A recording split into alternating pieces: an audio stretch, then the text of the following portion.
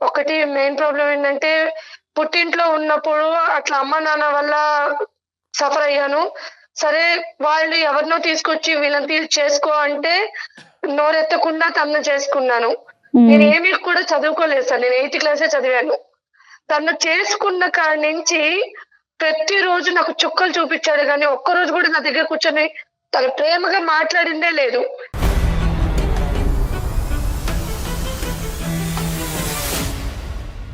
పైగా అనుమానం, కొడతారు, తన ఇష్టం వచ్చినట్టు చేస్తారు. ఏం చేస్తుంటాడమ్మా ఆయన? తను జాబ్ చేస్తారు మేడం, సాఫ్ట్వేర్. పిల్లలు ఉన్నారా? 2 పిల్లలు మేడం. Okay okay. ఏమన్నా అలవాట్లు ఉన్నాయమ్మా? అలవాట్లు అంటే అన్నీ ఉన్నాయి మేడం. ఏంటమ్మా అంటే వివరించమ్మా, అలవాట్లు అంటే ఎటువంటి అలవాట్లు? అలవాటు తర్వాత మీ మీద ఈ హింస, ఈ వైలెన్సా, లేదంటే అలవాట్లు లేనప్పుడు కూడా హింస? అలవాట్లు అంటూ తాగుడు పోతోనైనా భరించొచ్చేమో గానీ తిరిగిపోతోళ్ళని అయితే భరించలేదు సార్ ఎవరు కూడా.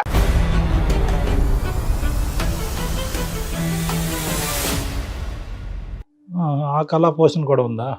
సరే. చాలా. సునీత గారి ఇంట్లో ఎవరెవరు ఉంటారు? మీ అత్తయ్య మామయ్య అందరూ జాయింట్ గా ఉంటారా? వాళ్ళు ఎవరు ఉండరు మేడం. నేను, మా హస్బెండ్, మా పిల్లలు మాత్రమే ఉంటాం. Okay okay. రైట్ అమ్మా. కాదమ్మా, అంటే హింస అంటే ఏంటమ్మా? ఊరికనే ఏదో ఒక కారణం చూపెట్టి నీలో ఇది ఉంది, ఇది లేదు, ఈ వంట బాగుంది బాగాలేదనే ఉద్దేశంతో అంటాడా, లేదంటే ఏ కారణం లేకపోయినా కూడా హెరాస్ చేసేటటువంటి మేల్ షవరిజమా?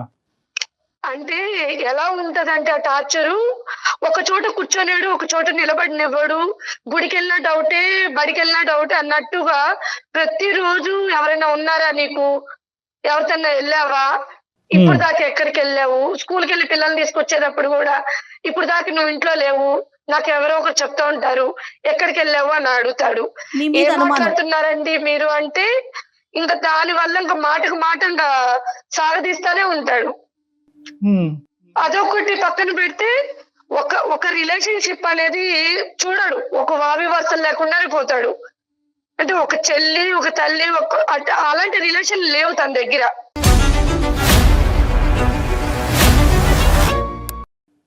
అంటే ఏంటమ్మా? అంటే వాళ్ళతో రెస్పెక్ట్ గా ఉండడా ఏంటి మీ ఉద్దేశం? అంటే ఒక భార్య దగ్గర చేయాల్సినవి అన్ని ఆ రిలేషన్ దగ్గరగా ఉంటాడు. వాళ్ళు అంటే ఒక చెల్లి కావచ్చు, ఒక అత్త కావచ్చు, ఒక అక్క కావచ్చు, ఆ రిలేషన్ దగ్గర కూడా తను వెళ్తుంటాడు. అది కూడా ఎలా వెళ్తాడంటే నా కళ్ళ ముందే నా ఇంటికే తీసుకొచ్చి నువ్వు చూడు అంటాడు అనమాట.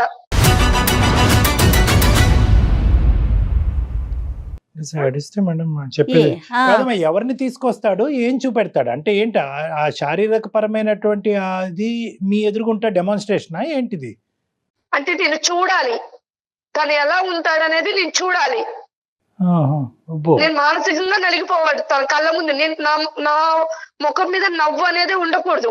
ఎందుకమ్మా అంత కసి ఏంటమ్మా నీ మీద, అంత కోపం ఏంటమ్మా? అంటే పెళ్ళి ఎన్ని సంవత్సరాలు అయింది మీది? 10 years అయింది సార్. 10 years బట్టి ఇదే ప్రవర్తన, లేదంటే తాగి బుర్ర పాడయి ప్రవర్తన? మేడం ఇప్పటి వరకు నాకైతే ఇష్టంతో చేసుకున్నానా కష్టంతో చేసుకున్నానా అనేది ఇప్పటి వరకు చెప్పలేదు నాకు. నుంచి ఇదే ప్రాబ్లం నాకు. కాదమ్మా, అతనికి ఏమైనా బ్యాక్గ్రౌండ్ స్టోరీ ఉందా? కష్టం మీద నిన్ను చేసుకున్నాడా? ఆ తల్లిదండ్రుల మీద చూపెట్టినటువంటి కోపం అంతా నీ మీద చూపెడుతున్నాడా? ఏంటిది అంటే ఇప్పటికైనా నీకు అర్థమై ఉంటుంది కదా. ఇప్పుడు కారణం ఉండేటటువంటి కోపం అంటే కొంతవరకు అర్థం చేసుకోవచ్చు.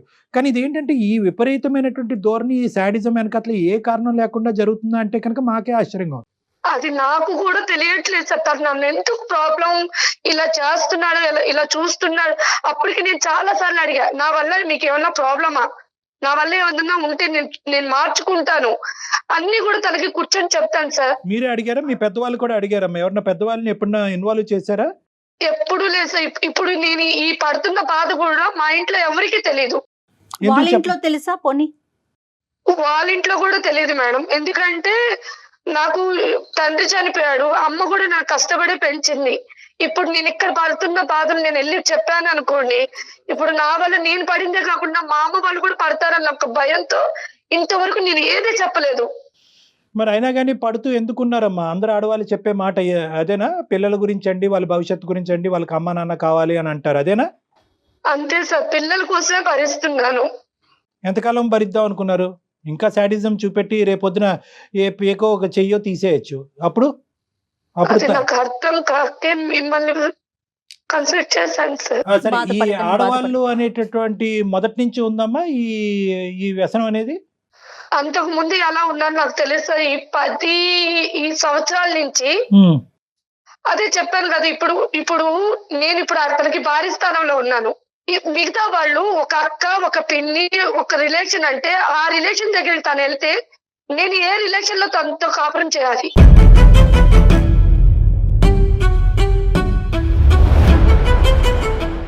వాళ్ళు అంత దిగజారుడు ఏంటమ్మా? ఇప్పుడు ఓకే, ఇతను అంటే కనుక ఇతను వ్యక్తిత్వం, పర్సనాలిటీ భయంకరం ఉంది అనుకోవచ్చు. వాళ్ళు ఎందుకు అలా దిగజారిపోతున్నారు ఇతనితో ఆ వ్యసనాలకి ఆ విధంగా లోబట్టానికి? ఫిజికల్ రిలేషన్ కి ఎలా వస్తున్నారు వాళ్ళంతా? సరే, తిని దగ్గర కూడా చాలా డ్రామాలు ఉంటాయి. అంటే బయటకు వెళ్ళిన తర్వాత ఎలా చెప్తారంటే తను నాకు సపోర్ట్ చేయదు, తను నాతో ఉండదు, నా దగ్గర ఇంకా పడుకోదు.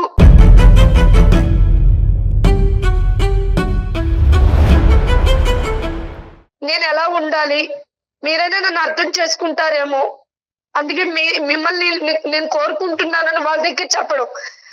ఒక్కొక్కసారి ఏం చేస్తాడంటే నా ఫోన్ లో ఉన్న లిస్ట్ లో నా ఫ్రెండ్ సర్కిల్ తీసుకొని నాకు తెలియకుండానే వాళ్ళకి మెసేజ్ చేస్తున్నాడు.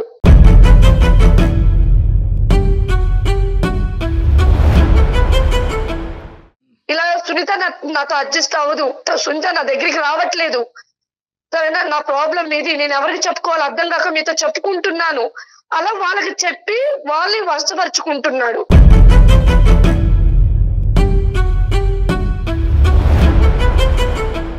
కాదమ్మా, ఇప్పుడు పిల్లల వరకు బాధ్యతలు తీసుకోవటం, స్కూల్ ఫీజులు కట్టడం, పిల్లల వరకైనా బాగా ఇంటి బాధ్యత. చూసుకుంటాడా? పిల్లలు ఉన్నారంటే ఉన్నారు సార్, అసలు వాళ్ళు పట్టించుకోవడం కానీ వాళ్ళు సరదాగా బయటకు తీసుకెళ్ళడం కానీ ఏమి చేయడు. మరి ఎందుకు తల్లి 10 ఏళ్ళ నుంచి భరించటం ఏంటమ్మా? ఎప్పుడో నిర్ణయం తీసుకోవాలి కదా నువ్వు, ఇంకా కానీ భరిస్తావా? సమాజం అనేది ఒకటి ఉంది కదా అదే, మేడం, అదే. ఆ సమాజం కోసం బతికాను. ఈ కథ విని విని విని అలసిపోయామమ్మా. ఈ సమాజం ఏది? ఆ సమాజం వచ్చి నీ మీద సిగరెట్ పీకలతోనో లేదంటే చెప్పులతో కొట్టేటటువంటి పరిస్థితి వచ్చినప్పుడు ఆ సమాజం వచ్చి ఆపమనండి. ఏదా సమాజం? రేపొద్దున ఆడపిల్లలు ఇద్దరు మనసులో ఎలాంటి ప్రభావం ఉంటుంది? వాళ్ళు పెరిగి పెద్దయి ఒక ఇంటికి వెళ్లాల్సిన పిల్లలు కదా, రేపొద్దున పెళ్లి అంటే వణికిపోరు? కాదు, ఈ ప్రవర్తన పిల్లలు కూడా చూస్తున్నారమ్మా చూస్తున్నారు సార్ ప్రతిరోజు. ప్రతిరోజు. ఛీ, ఛీ. నా బాధ కూడా అదే, ప్రతిరోజు ఆ పిల్లలు అమ్మకేమవుతుంది అన్న భయంలోనే బతుకుతున్నారు.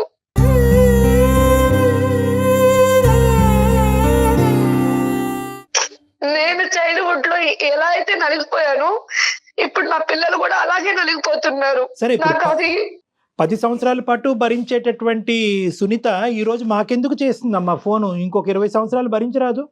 నేను ఇలా అంటున్నానని నువ్వేం అనుకోవద్దు. ఎవరిని ఉద్ధరించడానికి భరించటం, నీలో ఏ తప్పు లేదు అంటున్నావు.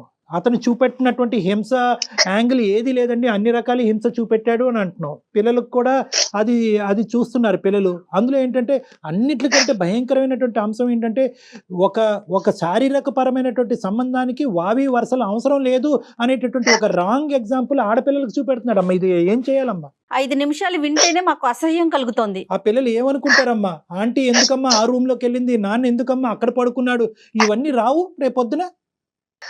అప్పుడు ఏమంటారు? నాన్న ఎంత తిట్టుకుంటారో ఇది ఓపికగా చూసేటటువంటి నిన్ను కూడా అంతే తిడతారు. ఈ దరిద్రం అంతా మాకెందుకు చూపెట్టావమ్మా అని అంటారు. ఏం సమాధానం చెప్తారు? నీకు అమ్మా నాన్న ఇద్దరు కావాలి కాబట్టి నేను ఓపికగా ఉన్నానని అంటారా? ఏ సమాధానం చెప్పినా చల్లదు అక్కడ. ఎందుకు బయటికి రాలేకపోయారు అండి సునీత గారు? ఎందుకు ఆలోచిస్తున్నారు మీరు? అంటే మీ కాళ్ళ మీద మీరు నిలబడే ధైర్యం లేకనా? తోడు రీజన్ ఏంటి? దానికి తోడు సమాజం. ఇద్దరు ఆడపిల్లలు. ఇప్పుడు నా జీవితం ఇలా అయిపోయిందని నా పిల్లల జీవితం కూడా నేను చెడగొట్టలేను కదా. రేపు అనే రోజు మీ నాన్న ఎక్కడా అంటే ఆ పిల్లలు సమాధానం చెప్పుకోకుండా తలదించుకొని బాధపడతారేమోనని ఇన్ని రోజులు ఒకటి సర్దుకున్నాను. సునీత గారి పెద్ద ప్రాబ్లం ఏమొచ్చిందంటే కనుక ప్రతి రోజు ఇలాంటి ఒక 20-30 కథలు వింటా ఉంటానమ్మా. ప్రతి వాళ్ళు ఇదే అంటారు. రేపొద్దున అదే పిల్లలు రేపొద్దున ఇంకో విధంగా మాట్లాడతారమ్మా. మీరేమనుకుంటారంటే నాన్న ఎక్కడమ్మా అనే ప్రశ్న అడుగుతారేమో, ఆ ప్రశ్న అడగకుండా వాళ్ళని కాపాడాలని మీరు అనుకుంటున్నారు. మీకు అర్థం కాని ఏంటంటే ఇలాంటి నాన్నతో ఎందుకమ్మా ఇంతకాలం ఉన్నావు, ఇలాంటి నాన్ని మాకెందుకు చూపెట్టావమ్మా, మగజాతి మీదే నమ్మకం పోయే విధంగా మమ్మల్ని ఎందుకు తయారు చేసావమ్మా అని అడిగే పిల్లలు కూడా ఉన్నారు. అడుగుతారండి రేపొద్దున. కాదు అంటే కలిసి ఉండటానికే నిర్ణయించుకున్నారా ఆ మనిషిని మార్చేట వద్దు సార్, వద్దా? వద్దు. ఓకే ఓకే ఎందుకంటే ప్రతిరోజు నిద్ర లేకుండా బతకలేను, ఆకలి దాచుకొని బతకలేను సార్ నేను.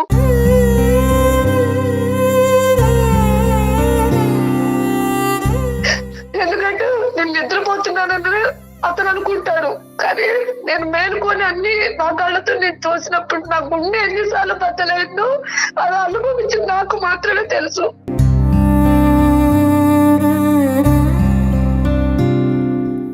ఈ రోజు మీ మీద గర్జిస్తున్నాం కానీ మేము కోపపడుతున్నాం కానీ అంటే నువ్వు నిర్ణయం సరైన సమయంలో తీసుకోలేదనే బాధతో అంటున్నాం కానీ నీ బాధ మాత్రం అది వర్ణించలేమమ్మా. అది అది చాలా అది అనుభవించే నీకే తెలుస్తుంది. ప్లస్ ఇంకా పెద్ద ప్రాబ్లం ఏంటంటే నీకు చెప్పుకోవటానికి ఎవరు లేరు. ఇప్పుడు తల్లితో చెప్పుకుందాం అంటే ఆవిడ ఏం చేయగలదు, ఆవిడ బాధపడుతుంది. ఇప్పుడు చెప్పుకునేటటువంటి మనిషి లేకపోతే కనుక ఉన్న సమస్య 10 రెట్లు అవుతుందండి. సరే ఈ మనిషి ఇక్కడైనా నీ ఒక్కడితోనేనమ్మా, నీ ఒక్కదానితోనేనా లేదంటే అందరితోని ఇదే శాడిజము ఇదే పదజాలం కానీ ప్రవర్తన కానీ ఉంటుందా? సార్ నేనంటే కట్టుకున్న పిల్లను కాబట్టి భరిస్తున్నాను సార్, రైట్. పెట్టుకున్న వాళ్ళు ఎవరు భరించరు కదా. అవునవును అవును అవును సరే అత్తయ్య మావికి ఏమైనా చెప్పే ప్రయత్నం చేశారా? ఎప్పుడైనా చెప్పారు ఇట్లా చేస్తున్నాడు, ఇట్లా బిహేవ్ చేస్తున్నాడని? వాళ్ళు ఎక్కడ వాళ్ళ ఉన్నారు? దృష్టికి ఏమైనా తీసుకెళ్లారా? నువ్వు వాళ్ళ దగ్గరికి వెళ్ళినా నేను ఒప్పుకోను. అదేలే. మా అదేనండి అమ్మ ఏది చెప్తే నువ్వు అదే వినాలి. నీ నువ్వు బాధ నా చెప్పు చేతుల్లోనే నీ ఉండాలి. బాధను కూడా ఎవరికి చెప్పుకోకూడదు. చెప్పుకోవటానికి నేను లేదు. ఎలాగే ఉంటాను, నువ్వు బాధను అనుభవిస్తూనే ఉండాలి. ఎవరి దగ్గర నీ బాధను కక్కకూడదు. ఎవరు నీకు సహాయపడటానికి రాకూడదు. బా, ఎంత అన్యాయం కదా కళ్యాణ్ గారు. అది అన్యాయం. ఈవిడేమంటారు? ఇది అమాయకత్వం అంటారా, మూర్ఖత్వం అంటారా, ఏమంటారు? సరేనమ్మా, ఇప్పుడు మమ్మల్ని ఏం చేయమంటావు చెప్పు. నిర్ణయం అయితే తీసుకున్నానని అంటున్నావు. ఇందులో నాకు నిద్రలేని రాత్రులు, పిల్లలకి దరిద్రం ఇంక నేను చూపెట్టకూడదు అనేటటువంటి ఆలోచనలో నువ్వు వచ్చావు. మరి మా పాత్ర ఏంటి ఈ రోజు? ఎందుకు మాకు ఈమెయిల్ పంపించారు? నాకు అతను వద్దు సార్, నేను చదువుకోపోయినా 4 ఏళ్ళలో పని చేసుకున్నా నా పిల్లలు బతికించుకుంటాను. లేట్ అయినా లేటెస్ట్ గా వచ్చింది. ఓకే నాకు అతను వద్దు. ఓకే. నాకు అతని దగ్గర నుంచి నాకు విడాకులు కావాలి. దానికి ఒక అడ్వకేట్, మంచి అడ్వకేట్ ని చూసి మీకు మేము ఆ ఫోన్ నెంబర్ అది ఇస్తాం, దానికి సంబంధించి హెల్ప్ చేస్తాం. ఓకే. అందుకే మెయిల్ చేశాను మేడం, నాకు ఇంకెవరు లేరు కాబట్టి మీకు మెయిల్ చేశాను. మీరు చేస్తుంది కరెక్టో కాదో అనే ఒక కన్ఫ్యూజన్ లో ఏమన్నా ఉన్నారా? అదేమన్నా క్లారిటీ కోసం డాక్టర్ గారి సలహా తీసుకుందామని అనిపించిందా మీకు? అనిపించింది మేడం. Right right. తను చెప్పలేకపోతుంది పాపం తన బాధ. తన నిర్ణయం కరెక్టా కాదా అనేది తనకి. చాలా మంది ఆడవాళ్ళు మన దగ్గరకు వచ్చి సార్ ఈ రోజుతో నేను డిసైడెడ్ సార్, ఇంకా అతను వద్దు దండం పెడుతున్నాను అంటారు. కట్ చేస్తే కనుక మర్నాడు వచ్చి సరే సార్ అతనితో కంటిన్యూ అవుతానంట. సో ఇప్పటికీ కూడా మీరు ఏం నిర్ణయం తీసుకున్నారు అనేది ఇప్పటికీ కూడా మాకు క్లారిటీ లేదు, బహుశా మీకు క్లారిటీ లేదు. ఇప్పుడు మనం కాల్ చేసినా కూడా ఎత్తే స్థితిలో కూడా లేడు అనుకుంటున్నాను మేడం. నేను ఈ హింసాత్మకుడితో నేను ఉండకూడదనే నిర్ణయం తీసుకున్నా కాబట్టి ఫోన్ చేస్తే కనుక కొత్తగా వచ్చేటటువంటి ప్రాబ్లం ఏమీ లేదు. ఎత్తితే అదృష్టం. చూద్దాం, ఒకసారి ట్రై చేద్దాం. కలుపుతున్నాను sir. Right, okay. The person you're speaking with has put your call on hold. Please stay on the line. మీరు హలో హలో. సుమన్ టీవీ వాళ్ళకి దాంట్లో అందమైన జీవితం ప్రోగ్రామ్ కి నేను మెయిల్ చేశాను. దాంట్లో డాక్టర్ కళ్యాణ్ చక్రవర్తి గారు సైకాట్రిస్ట్, అలాగే జయ మేడం గారు కూడా ఉన్నారు. నా వర్షన్ లో నేను అన్ని చెప్పుకున్నాను. వాళ్ళు మీతో మాట్లాడతారంట, ఒకసారి మాట్లాడండి. నాతో ఏం మాట్లాడతారంట? ఏం మాట్లాడతారు వింటేను కదా తెలుస్తుంది. అయినా నువ్వు ఎందుకు వెళ్ళావు? ప్రోగ్రామ్ ఎందుకు వెళ్ళావు? నా కోసం నీకు తెలుసు కదా. పిచ్చి పిచ్చి వేషాలు వేస్తున్నావు ఏంటి? ఇప్పుడు నాతో వాదించమని నేను అడగలేదు, నన్ను తిట్టమని నేను అడగట్లేదు. ఒకసారి వాళ్ళతో మాట్లాడమంటున్నాను. నువ్వు ప్రోగ్రామ్ ఎందుకు వెళ్ళావు అన్నా నేను ఫస్ట్. ఆవిడ రాలేదండి, రాలేదు. ఏం పేరమ్మా? అతని పేరేంటమ్మా? నమస్తే బాబు, నీ పేరు అడగలేదు. నీ పేరేంటన్నా? రమేష్ అండి. రమేష్, రమేష్ నమస్తే. నమస్తే అమ్మా. తర్వాత ఇంకా చాలా నమస్తేలు పెడతాం. మీరేం కంగారు పడకండి. ఆవిడేమి మాకు ఫిజికల్ గా మన ఆఫీస్ కి రాలేదు. మీరెవరో కనిపించరు, ఆవిడ కనిపించదు. జస్ట్ మీ ఇద్దరి మధ్య జరుగుతున్న ఒక ఇష్యూని మా దాకా షేర్ చేసింది. తనకి ఏమి పాలుపోక, ఎవరికి చెప్పుకోవాలో తెలియక, దిక్కులేని పరిస్థితుల్లో ఉండి. ఇంట్లో ప్రాబ్లం కదా, మా పర్సనల్ ప్రాబ్లం తీసుకొచ్చి ఇప్పుడు టీవీ ప్రోగ్రామ్ ఇవ్వడం ఏంటండి? అది అసహ్యంగా. పర్సనల్ ప్రాబ్లమే కాదనట్లేదు, అది పర్సనల్ గా తేలట్లేదు కదా. ఇక పర్సనల్ ప్రాబ్లం దాటి అది ఎప్పుడో పబ్లిక్ అయింది. పబ్లిక్ అవటము, నేరాల పరిధులు దాటటము చాలా దాటేసిందండి. పర్సనల్ ప్రాబ్లం అంటే కనుక ఆవిడ బియ్యం తెమ్మంటే మీరు పప్పు తేవటం అనేది పర్సనల్ ప్రాబ్లం. ఇది అది కాదు కదా. ఆవిడ 10 సంవత్సరాల పాటు భయంకరమైనటువంటి హింసకు గురయ్యి ఎవరితో చెప్పుకోలేక ఒక బానిసలాగా ఒక భయంకరమైనటువంటి స్థితిలో 2 ఆడపిల్లలు పెట్టుకుని అక్కడ బతుకుతుంది. ఆవిడ చెప్పినటువంటి వర్జన్ కరెక్టా రాంగా అనేటటువంటిది ఫైనల్గా ఒకసారి తేల్చుకునేటటువంటి ఉద్దేశంతో చాలా మర్యాదపూర్వకంగా మిమ్మల్ని గౌరవిస్తూ రమేష్ గారు మీ వర్జన్ ఏంటో చెప్పండి అని రిక్వెస్ట్ చేస్తున్నాం. అసలు ఏం జరుగుతుంది ఇక్కడ చెప్పుకోవడానికి ఆవిడ తల్లి లేదు, ఎవరు లేరు. కాబట్టి అన్నీ మేమే అన్నట్టుగా ఆవిడ ఈరోజు మాకు ఫోన్ చేసింది, మేము ఆవిడకి ఫోన్ చేయడం జరిగింది, ఆవిడ చెప్పుకుంది. ఇప్పటికైనా ఒక కాసేపు సానుకూలంగా ఒక కూల్ వాతావరణంలో మర్యాదపూర్వకంగా మాట్లాడుకుందాం. ఇది తేల్చే అంశమా, తేల్చలేనటువంటి అంశమా? ఏం మాట్లాడతాం సార్, ఇది ఫ్యామిలీ విషయాలు కదా సార్. ఇలా వీధిని ఎక్కడ అనేది కరెక్ట్ కాదు కదా. అలా కాదు, వీధి చాలా ఎక్కలేదండి, ఉంది ఇది. ఇది వీధి కాదు. సారీ, మీరు ఆ మాట అంటే కనుక నేను ఖండిస్తాను. మీ భార్యకి మీకు ఇప్పటి వరకు ఎవరు మీ భార్యకి ఒక సలహా ఇచ్చేవాళ్ళు లేక ఆవిడ 10 సంవత్సరాల పాటు నరకాన్ని అనిపించింది. మీకు బుద్ధి చెప్పేటటువంటి వాళ్ళు ఎవరు లేక మీరు ఇలా విర్రవీగిపోతున్నారు. మీరు కొట్టడం వాస్తవా? వేరే స్త్రీలను తీసుకొచ్చి ఇంట్లో కొనకటం అనేది వాస్తవా? మీరు తాగి తందనాలు ఆడటం అనేది వాస్తవా కాదా చెప్పండి, బాధ్యతలు తీసుకోకుండా. ఈ 4 అంశాల మీద మీ వివరణ ఏంటో చెప్పండి. అవును సార్, చేసిన మాట నిజమేనండి. తప్పే ఉంది సార్. ఏంటి అది నాకు నా లైఫ్ స్టైల్ ఎలా ఉంటది, నాకు నచ్చింది, నేను అలాగే ఉన్నాను. కుక్క అండి ఆవిడేమన్నా కొట్టడానికి? కుక్కను కొడితేనే చంపేస్తున్నారు ఈ రోజుల్లో. కుక్క ఆవిడ, ఎందుకు కొడతారు ఆవిడ? ఏమో సార్, మా ఇళ్లలో ఫస్ట్ నుంచి మా పరిస్థితి ఇలాగే ఉంటుంది సార్. ఆడవాళ్ళు చనిపోయాం మేము అసలు. ఖచ్చితంగా మా కాలేజీ ఉండాల్సిందే సార్. మా నాన్నగారు, మా తాతగారు, మా అన్నయ్య గారు వీళ్ళందరూ ఇలాగే ఉన్నారు. నేను కూడా అలాగే ఉన్నాను సార్. రేపొద్దున మరి మీ పిల్లలకి పెళ్లిళ్ళు చేస్తే వాళ్ళ పరిస్థితి కూడా అలానే ఉంటే ఓకేనా మీకు? సొందలేది ఇస్తే నెత్తి మీద ఎక్కి నాట్యం చేస్తారు. ఎవరు ఆడవాళ్ళా? ఏం మాట్లాడుతున్నావయ్యా నువ్వు? సాఫ్ట్వేర్ వా? ఏం మాట్లాడుతున్నావు నువ్వు? ఏ కాలంలో ఉన్నావు? మా ఇంట్లో పరిస్థితి ఇలాగే ఉంటదండి. మీరు ప్రత్యేకంగా ఉన్నారా? వేరే ప్రదేశంలో ఉంటున్నారా? మనుషుల మధ్య ఉండట్లేదు? తను అసలు నాకు ఇష్టం వచ్చినట్టు ఉండదండి, నాకు కంఫర్ట్ గా ఉండదు. నాకు నచ్చినట్టుగా నేను ఉంటాను అంతే. మీకు నచ్చినట్టుగా మీరు ఉన్నటువంటి వాయు వర్ష లేకుండా జంతువులాగా ప్రవర్తించటమా? కాదు నాన్న, ఏంటి ఇది మా పద్ధతులు, ఇది మా ఆనవాయితీ, ఇది మా సాంప్రదాయం అంటే ఏంటి? పారంపర్యంగా వచ్చినట్టు ఆవిడ కూడా ఆవిడ ఇంట్లో పద్ధతి సాంప్రదాయం కూడా అంతేనంట. మగాడిని చెప్పించుకుని కొట్టాలంట, అవసరం అయితే కనుక బూటకాలు కింద తొక్కేయాలంట. వాళ్ళ ఇంట్లో కూడా అదే సాంప్రదాయం అంటారు. అదే అలా చేయకపోబట్టే మీకు 2 కాదు 3 కొమ్ములు ఉన్నాయి. కాదు, ఇప్పుడు కొట్టడం వెనకతలు సరే నువ్వు కొడుతున్నావు, ఇది సాంప్రదాయం, ఆడదాన్ని ఎక్కడైతే పెట్టాలో అక్కడ పెట్టకపోతే కనుక లేచి మన ఎత్తి మీద శివతాండం చేస్తుందని ఏదో పెద్ద పెద్ద కబుర్లు చెప్తున్నావు. ఈ అమ్మాయి ఈరోజు ఒక తల్లిగా కానీ, ఒక భార్యగా కానీ, ఒక స్త్రీగా కానీ మీకు చేయనటువంటి ఒక్క అంశం ఈ 10 సంవత్సరాల్లో చెప్పు. ఏదో చేయట్లేదు అంటున్నావు కదా. 0.5% వేలెత్తి తప్పు చూపెట్టు. 0.5% వేలెత్తి తప్పు చూపెట్టు. సార్ నాకు నచ్చినట్టు ఉండదు సార్ అమ్మాయి. ఏంటో నచ్చటం గడిపిగుడ్డు? నువ్వు ప్రిన్సా? నువ్వేమన్నా పెద్ద రాజువా? ఏంటి నీకేంటి నచ్చాలి? ఎలాంటి భార్య కావాలి? నేను ప్రిన్స్ కాకపోయినా నా ఇష్టాలు అంటే నాకు ఉంటాయి కదండి. నేను బ్రతకాలనుకున్నట్టు నాకు భార్యగా సపోర్ట్ చేయాలి కదా. చెప్పయ్యా సార్, ఇది ఎలాంటోడు అంటే కనీసం మా నాన్న చనిపోతే కనీసం మా నాన్న చూడటానికి రాలేదు.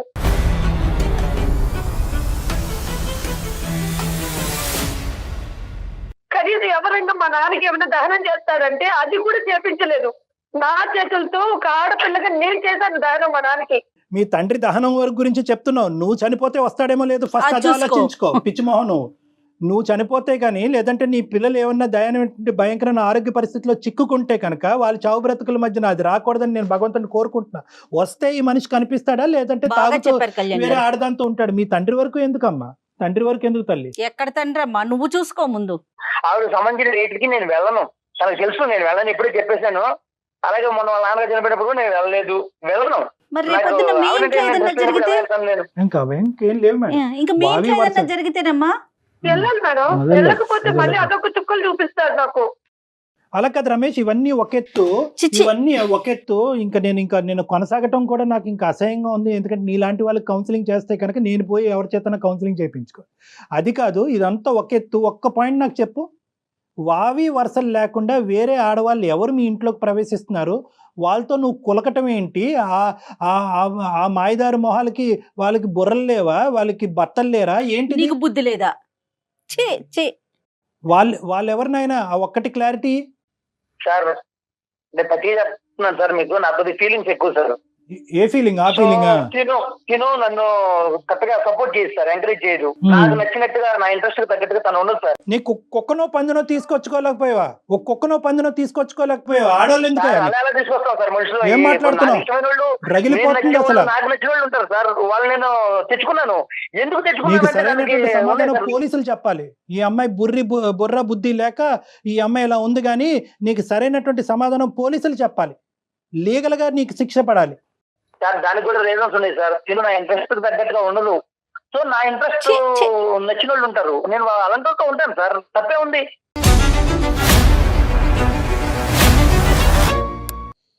ఏమ్మా ఇప్పుడు అతనితో మాట్లాడి అతనితో మేము కూర్చుని కౌన్సిలింగ్లు చేసి అతన్ని దేవుణ్ణి చేసి మీ ఇంట్లో మీ గూట్లో మళ్ళీ పెడతాం అనేటటువంటి ఆలోచనతో నువ్వు మాకు చేసి ఉంటే కనుక బహుశా అది బూడిదపాలే. నువ్వు ఇప్పుడు నీకు వద్దు అనుకుంటున్నావా? నీ నిర్ణయం 210% కరెక్ట్ అమ్మా. వద్దు అనుకుని మామూలుగా వదిలేయకూడదమ్మా. ఒక అడ్వకేట్ కి దగ్గరికి వెళ్ళి ఇది పోలీస్ స్టేషన్ అప్లై చేయటము, లేకపోతే డివోర్స్ కోసం వెళ్ళటం కాదు, ముందు పోలీస్ కంప్లైంట్ ఇవ్వాలని చెప్తాను నేనైతే. తనొద్దనుకోవడం కాదు, నేను ఒప్పుకున్నాను తనని. తనకు చెప్పండి, తనొద్దనుకోవడం కాదు, తనే నాకు వద్దు, నాకు తను సూట్ అవ్వదు, నా ఇంట్రెస్ట్ దగ్గర తను ఉండదు, తను నాకు వద్దండి.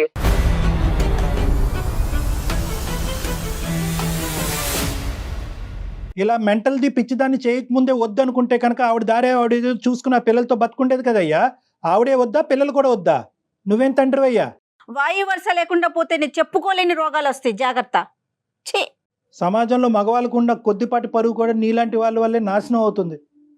ఏం మాట్లాడుతున్నావు? పిల్లలు కూడా వద్దా? నువ్వు కని పెంచినటువంటి 2 ఆడపిల్లలు కావాలా? వాళ్ళు కూడా వద్దా? నాకు పిల్లలు చూసుకున్నంత టైం ఉండదు, నాకు కుదరదు.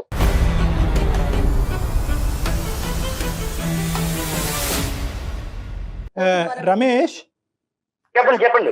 నీకు కొన్ని సర్ప్రైజ్ రిటర్న్ గిఫ్ట్లు తొందరలోనే వస్తున్నాయి. నువ్వు వింటే కనుక ఇప్పుడే షాక్ అవుతావు, కాబట్టి దయచేసి నువ్వు ఫోన్ పెట్టేసే, ఆ అమ్మాయితో మేము మాట్లాడాలి. బాయ్ నాన్న. ఏం పర్లేదు సార్, నేను చూసుకుంటానండి. పెద్ద గొయ్యి తవ్వుకుని అందులో చూసుకో. బాయ్. సరే అండి. అమ్మ పెట్టాడమ్మా అతను ఫోను.